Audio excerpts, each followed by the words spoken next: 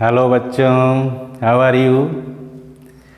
आज हम बात करेंगे अभिक्रिया वेग को प्रभावित करने वाले कारकों की। कौन कौन से कारक हैं जिन पर अभिक्रिया का वेग निर्भर करता है, यानी अभिक्रिया के वेग में किस प्रकार से परिवर्तन किया जा सकता है। कौन से कारकों के द्वारा अभिक्रिया के वेग में वृद्धि की जा सकती है या अभिक्रिया के वेग को कम किया जा सकता है। तो हम यहाँ कुछ प्रमुख कारकों की बात करेंगे जो अभिक्रिया वेग को प्रभावित करते हैं। एक तो है अभिकारक की सांद्रता।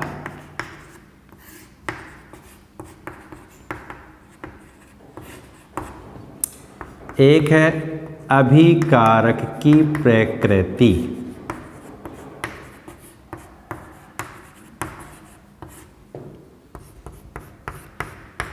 एक है ताप। एक है उत्प्रेरक।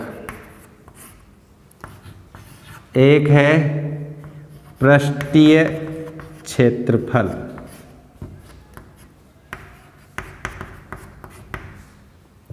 पृष्ठीय क्षेत्रफल। और एक है क्या, विकिरण।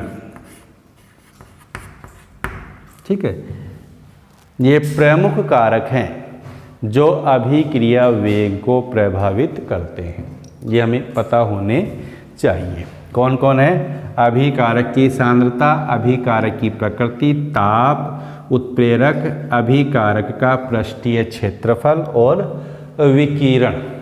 अब इनको हम एक एक करके देखते हैं। बिल्कुल सिंपल है।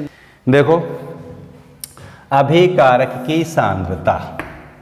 अभिकारक की सांद्रता हमने पढ़ा है अभिक्रिया का वेग। वेग नियम देखा है हमने, बराबर क्या होता है, के अभिकारक ए की सांद्रता बी की सांद्रता। जैसे ए और बी कोई अभिकारक है तो अभिक्रिया का वेग अभिकारक की सांद्रताओं के क्या होता है, समानुपाती। ए की सांद्रता बी की सांद्रता, ए बी क्या है, अभिकारक।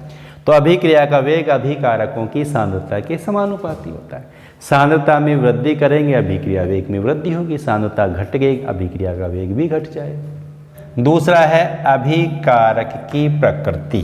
दूसरा कारक क्या है, अभिकारकों की प्रकृति। अभिकारकों की प्रकृति पर अभिक्रिया वेग निर्भर करता है। अभिक्रिया के दौरान अभिकारकों के बंध तो क्या होते हैं, टूटते हैं, और उत्पाद के लिए नए बंधों का क्या होता है, निर्माण होता है।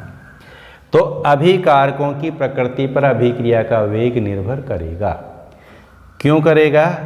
क्योंकि अगर अभिकारकों में टूटने वाले बंध दुर्बल हैं, बंध आसानी से टूट जाते हैं, तो अभिक्रिया का वेग ज़्यादा होगा। ठीक है, जैसे आयनिक अभिक्रियाएं होती हैं। आयनिक अभिक्रियाएं तेजी से क्यों हो जाती हैं? जैसे हमने देखा था NaOH प्लस HCl, इनके बीच में जो अभिक्रिया होगी वो तेज गति से होती। क्यों होती है? क्योंकि इनमें बंध नहीं होता, आयन होते हैं। जैसे Na plus ion, OH minus ion, H plus Cl minus. ठीक है, Cl minus ion Na plus से बॉन्ड बना लेगा NaCl और HOH के साथ क्या बना लेगा, H2। तो यहाँ पर बॉन्ड नहीं टूटते हैं क्योंकि यहाँ तो आयन है, और आयन होने के कारण अभिक्रिया का वेग तेज गति से होता है, तेजी से होता है। समझ गए? तो अभिकारक अणुओं के बीच बंध अगर दुर्बल हैं तो आसानी से टूट जाते हैं, तो अभिक्रिया का वेग ज़्यादा होगा। अगर अभिकारक अणुओं के बीच बंध प्रबल हैं, आसानी से नहीं टूटते हैं, तो अभिक्रिया का वेग क्या होगा, कम होगा। जैसे हमने एग्जाम्पल देखें, NO का ऑक्सीकरण करते हैं, NO प्लस O2 क्या बन जाता है, NO2। ये तीव्र गति से संपन्न होती है अभिक्रिया।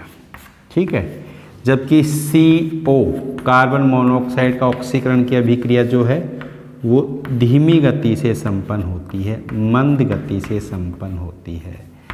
ठीक, तो यहाँ हो रहा है ऑक्सीकरण, यहाँ NO का ऑक्सीकरण हो रहा है, CO का ऑक्सीकरण हो रहा है, लेकिन ये अभिक्रिया तीव्र गति से होती है, यह अभिक्रिया मंद गति से होती है। ठीक है, यानी अभिक्रिया का वेग अभिकारकों की प्रकृति पर निर्भर करता है। समझ में आ गई बात? ये ध्यान रखेंगे, अभिकारक बदल जाते हैं तो अभिक्रिया का वेग भी बदल जाता है। ठीक, तीसरा कारक है ताप। ताप में वृद्धि करने से सामान्यतः अभिक्रिया वेग में भी वृद्धि होती है। अधिकांश अभिक्रियाओं का वेग बढ़ जाता है ताप में वृद्धि करने से, और ताप में 10 डिग्री सेल्सियस की वृद्धि करने से अभिक्रिया का वेग 2 से 3 गुना तक हो जाता है। अभिक्रिया वेग पर ताप का प्रभाव हमने पिछले वीडियो में देखा और उसमें हमने विस्तृत रूप से बिल्कुल अच्छे तरह से उसको एक्सप्लेन किया है कि अभिक्रिया वेग ताप से किस प्रकार से प्रभावित होता है। आप उस वीडियो को देखेंगे तो बहुत अच्छा आपको समझ में आ जाएगा। नेक्स्ट है उत्प्रेरक। उत्प्रेरक किस प्रकार से प्रभावित करता है अभिक्रिया वेग। उत्प्रेरक की बात करते हैं। उत्प्रेरक क्या होते हैं? उत्प्रेरक ऐसे रासायनिक पदार्थ होते हैं जो अभिक्रिया के वेग में तो परिवर्तन कर देते हैं लेकिन खुद अपरिवर्तित रहते हैं। यानी ऐसे रासायनिक पदार्थ हैं जो अभिक्रिया के वेग में परिवर्तन करेंगे लेकिन खुद अपरिवर्तित रहेंगे, उसे क्या कहेंगे हम? उत्प्रेरक। क्या कहेंगे उसको हम? उत्प्रेरक। ये अभिक्रिया वेग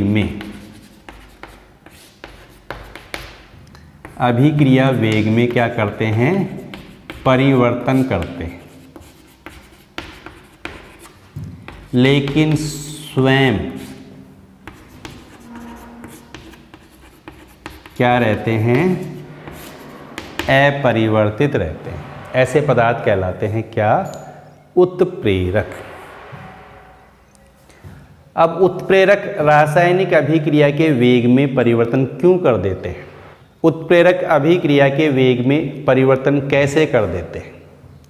उत्प्रेरक के कारण अभिक्रिया के वेग में, अब उत्प्रेरक हम देखेंगे, उत्प्रेरक एक होते हैं धनात्मक उत्प्रेरक, एक होते हैं ऋणात्मक उत्प्रेरक। धनात्मक उत्प्रेरक अभिक्रिया के वेग में वृद्धि करते हैं, ऋणात्मक उत्प्रेरक अभिक्रिया के वेग को कम कर देते हैं। तो उत्प्रेरक अभिक्रिया के वेग में वृद्धि क्यों करते हैं? धनात्मक उत्प्रेरक अभिक्रिया के वेग में वृद्धि क्यों करते हैं उसको हम देखते हैं। देखो, उत्प्रेरक क्या करता है? अभिक्रिया की सक्रियण ऊर्जा को कम कर देता है। सक्रियण ऊर्जा हम जानते हैं, सक्रियण ऊर्जा अभिकारक के द्वारा बाहर से अवशोषित या ग्रहण की गई ऊर्जा जिसके कारण वह उत्पाद में परिवर्तित होता है। यानी उत्पाद में परिवर्तित होने के लिए अभिकारक के पास जो ऊर्जा होनी चाहिए, अभिकारक जो ऊर्जा प्राप्त करता है उसे बोलते हैं सक्रियण ऊर्जा। पढ़ा है हमने? तो उत्प्रेरक क्या करते हैं? अभिक्रिया की सक्रियण ऊर्जा को कम कर देते हैं। सक्रियण ऊर्जा को कम करने के कारण अभिक्रिया का वेग, देखो यहाँ ग्राफ से इसको समझें हम, सक्रियण ऊर्जा पढ़ा है हमने। तो उत्प्रेरक क्या करते हैं? अभिक्रिया की सक्रियण ऊर्जा को कम करते हैं। कैसे? जैसे ये देखो, ये तो है ऊर्जा और ये क्या है? अभिक्रिया प्रगति, अभिक्रिया प्रगति, रिएक्शन प्रोग्रेस। ठीक, और हमने ग्राफ खींचा, मान लीजिए ये तो है अभिकारक की ऊर्जा ER। ठीक, ये उत्पाद में बदलता है, ये गया और ये बन गया क्या? उत्पाद। ठीक, ये हो गई क्या?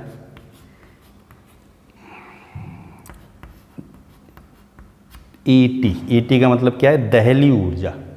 ये क्या है? दहली ऊर्जा। ये अभिकारक की ऊर्जा और ये है उत्पाद की ऊर्जा।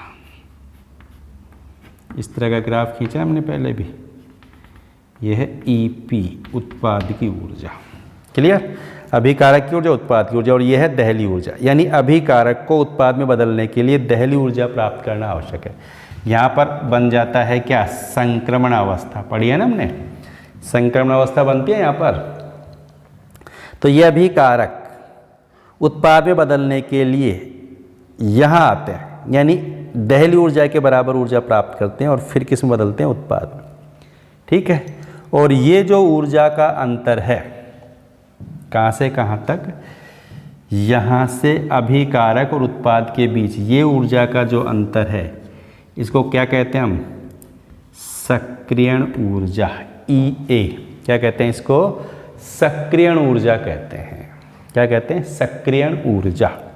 ठीक है, तो ये ऊर्जा अभिकारक के पास जैसे ये अभिकारक की ऊर्जा इतनी है तो अभिकारक इतनी ऊर्जा ग्रहण करेगा, यानी सक्रियण ऊर्जा के बराबर ऊर्जा ग्रहण करेगा, ठीक है। और फिर किस में बदलेगा? उत्पाद में, क्योंकि सक्रियण ऊर्जा के बराबर ऊर्जा ग्रहण करेगा तो उसकी ऊर्जा दहली ऊर्जा के बराबर हो जाएगी और वो किस में बदल जाएगा? फिर उत्पाद में बदल जाएगा। जब अभिक्रिया के अंदर हम उत्प्रेरक डालते हैं, उत्प्रेरक क्या करता है? अभिक्रिया की सक्रियण ऊर्जा को घटा देता है। कैसे?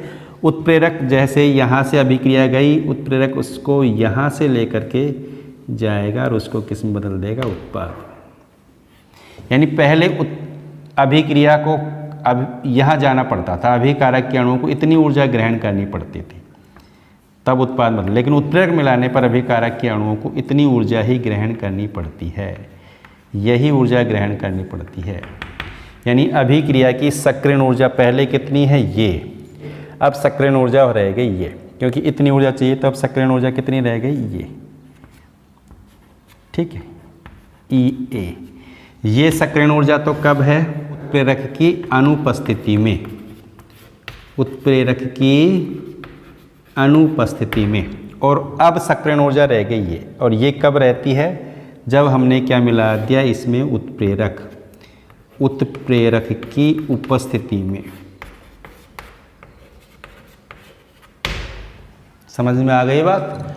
उत्प्रेरक की अनुपस्थिति में सक्रियण ऊर्जा है ये, और उत्प्रेरक मिलाने पर हो गई सक्रियण ऊर्जा ये। यानी उत्प्रेरक मिलाने से अभिक्रिया की सक्रियण ऊर्जा घट जाती है, और सक्रियण ऊर्जा घट जाने से अभिक्रिया के वेग में वृद्धि हो जाती है।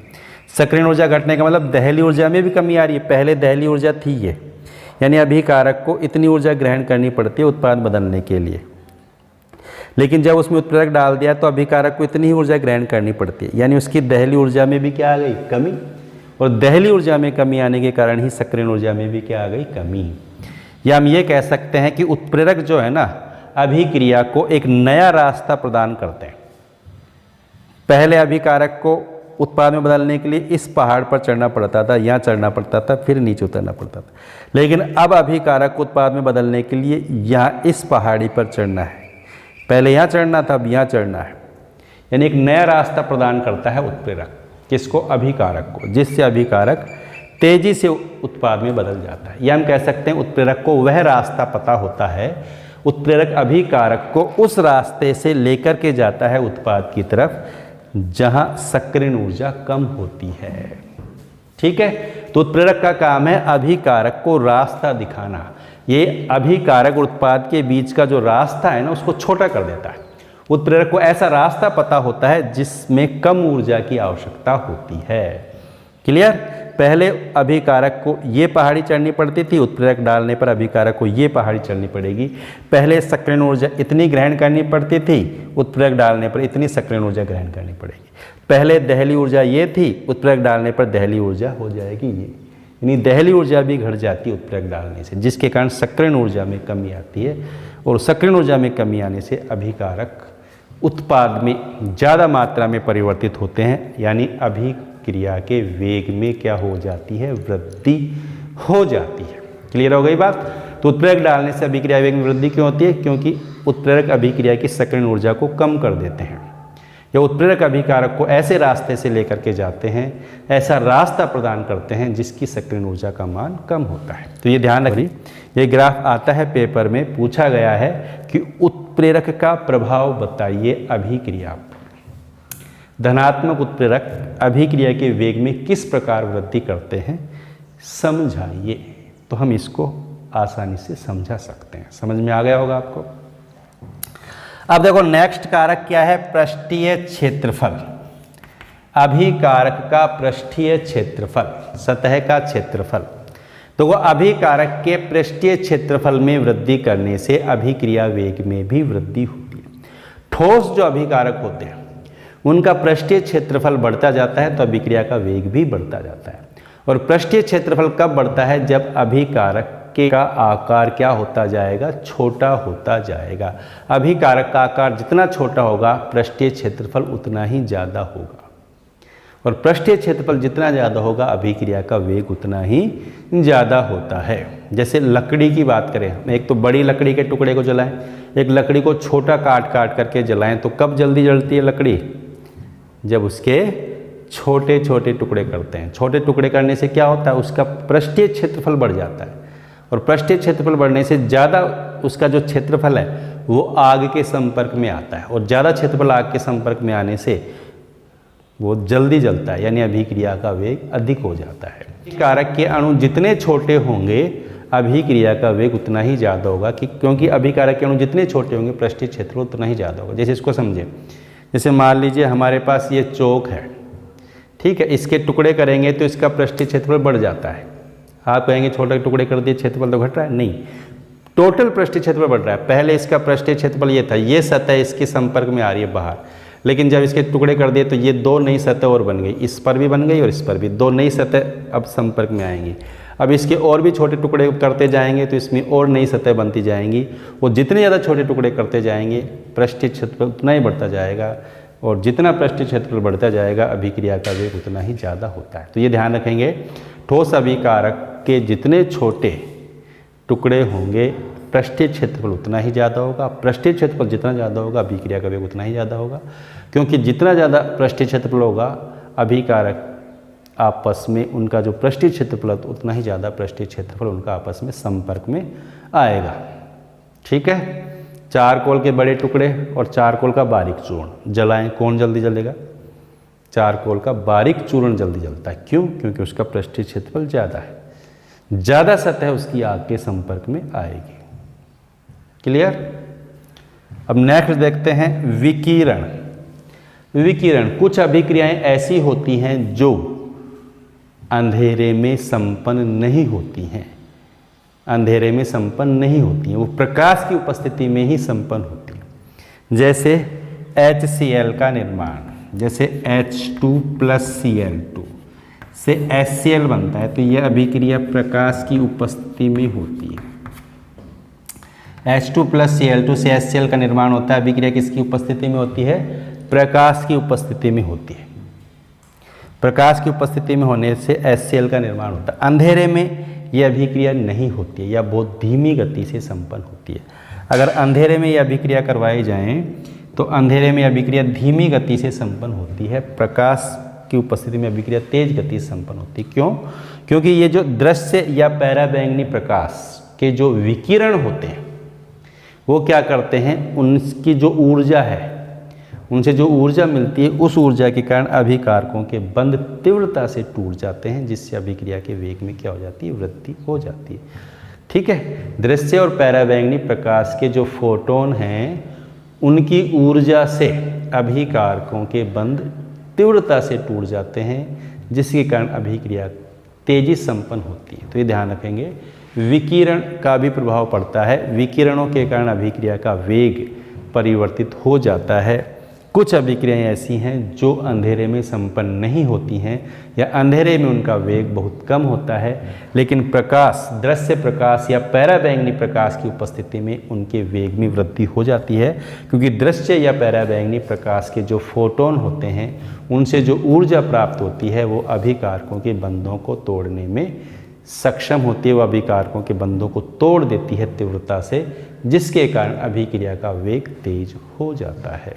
समझ में आ गई बात? जैसे ये अभिक्रिया है प्रकाश की उपस्थिति में तेज संपन्न होती है, लेकिन अंधेरे में धीमी गति संपन्न होती है। क्लियर? तो ये सभी कारक हैं जो अभिक्रिया वेग को प्रभावित करते हैं, और ये सभी आपको समझ में आ गए होंगे। क्लियर? कोई दिक्कत नहीं है? समझ में आ गई बात? वीडियो का आपने पूरा देखा तो आपको ये पूरा टॉपिक आसानी से समझ में आ जाएगा। वीडियो को पूरा देखने के लिए धन्यवाद। जिसने अभी भी चैनल को सब्सक्राइब नहीं किया है वो सब्सक्राइब करेंगे, पढ़ते रहेंगे, आगे बढ़ते रहेंगे। धन्यवाद।